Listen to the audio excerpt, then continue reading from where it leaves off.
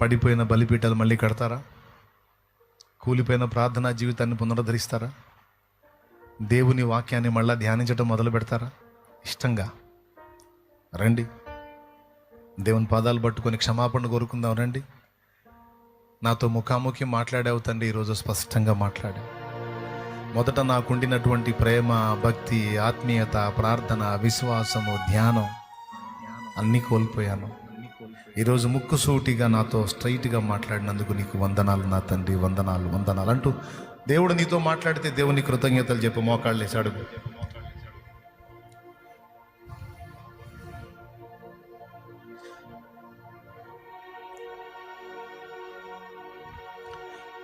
దేవుడు నీతో మాట్లాడితే దేవుని పాదాలు పట్టుకొని కృతజ్ఞతలు చెప్పు, క్షమాపణ కోరుకో.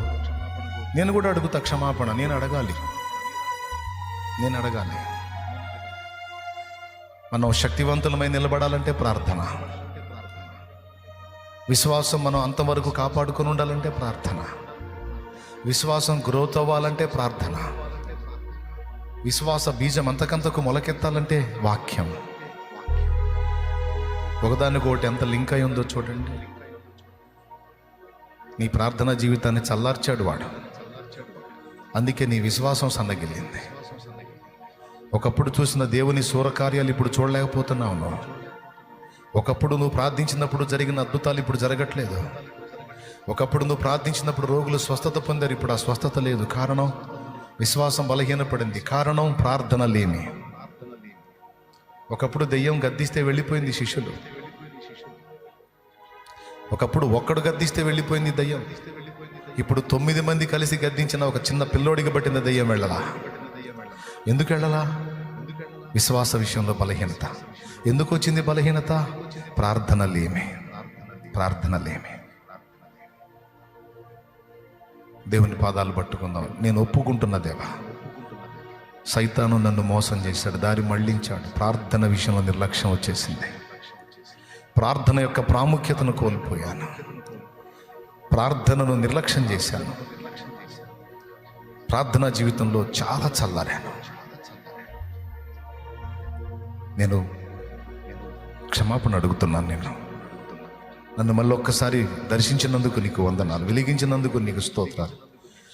ఎంత లోపం జరుగుతుందో, ఎంత పొరపాటు జరుగుతుందో, పాపం ఎందుకు నన్ను గెలుస్తుందో నాకు ఇప్పుడు అర్థమైంది.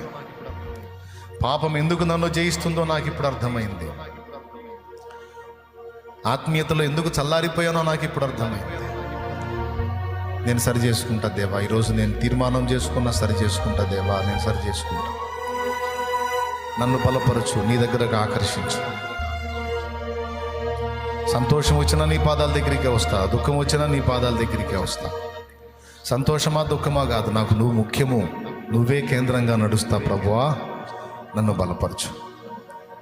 కూలిపోయినటువంటి నా బలిపీఠం, ప్రార్థనా బలిపీఠం తిరిగి పునర్నిర్మించగల శక్తి నాకివ్వు. బలిపీఠపు దారిద్ర్యం తొలగించు ప్రభువా. ప్రార్థన లేమి నాకు దూరమైపోవాలి ప్రభువా. తిరిగి నాలో ప్రార్థన జ్వాల మండాలి. ఎడతెగక ప్రార్థన ప్రార్థన ప్రార్థన ప్రార్థన ప్రార్థన ప్రార్థన ప్రార్థన. నేను విసర్జించిన ఏకాంత ప్రార్థన అనుభవాలు తిరిగి లైన్లో నీకు తెచ్చుకోవాలి ప్రభువా. నన్ను క్షమించు తండ్రి, నన్ను మన్నించు తండ్రి, నన్ను మన్నించు. అందరము ప్రార్థన చేద్దాం.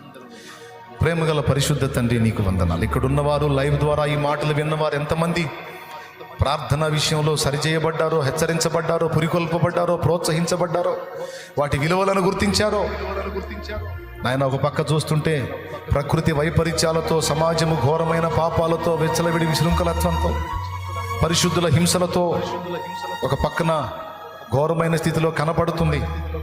మరో పక్కన పరిశుద్ధుల్లో భక్తి తరిగిపోతుంది, ఆత్మీయత తరిగిపోతుంది, ప్రార్థన తరిగిపోతుంది, వాక్యం తరిగిపోతుంది, మోకాళ్ళ అనుభవం తరిగిపోతుంది, భక్తిహీనత ప్రవేశించింది. ఇవన్నీ చూస్తూ ఉంటే అర్థమవుతుంది ప్రభువా రాకడ సమీపమై ఉందని. అయ్యా, నాలో విశ్వాసము చల్లారిపోకుండానట్లు నా ప్రార్థనా జ్యోతిని వెలిగించు అని నీ బిడ్డలు అడుగుచుండగా, మేము అడుగుచుండగా తిరిగి మాలో ఆ ప్రార్థన ఆశను పుట్టించు ప్రభువా.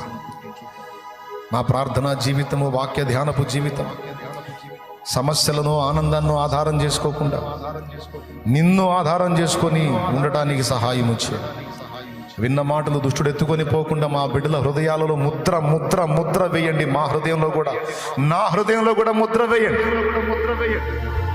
లైవ్లో వీక్షించే వారి హృదయంలో కూడా ముద్ర ముద్ర ముద్ర వేయి. బిడ్డలందరి గుండెల్లో ముద్ర వేయి ప్రభా. ఈ మాటలు 4 రోజుల్లో మళ్ళా మర్చిపోయి, మళ్ళా ప్రార్థన జీవితంలో రొటీన్ అయిపోయి నిర్లక్ష్యం చేసే దరిద్ర కొట్టు స్థితికి మళ్ళీ ఒకసారి దిగజారకూడదు. ఈ విషయాలు పదే పదే పదే పదే విని జాగ్రత్త చేసుకొని నీ రాకడ వరకు మా దీపములు మండుచు ప్రకాశించున్నట్లుగా మమ్మల్ని అందరినీ ఉద్ధరించమని యేసు నామములో వేడుచున్నాము తండ్రి.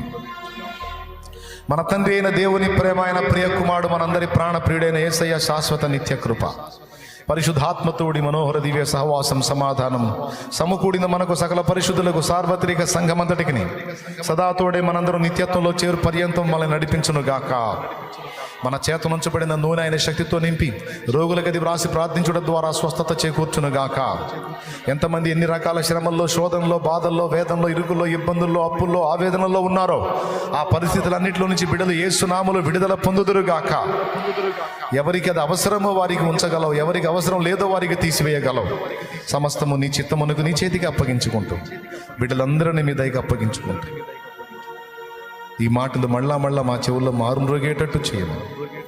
యేసు నామములో వేడుచున్నాము తండ్రి, ఆమేన్. ప్రభేసు రక్తమునకు జయ, ప్రభేసు రక్తమునకు జయ, ప్రభేసు నామమునకు సంపూర్ణ విజయం కలుగును గాక. ఆమేన్. హల్లెలూయా.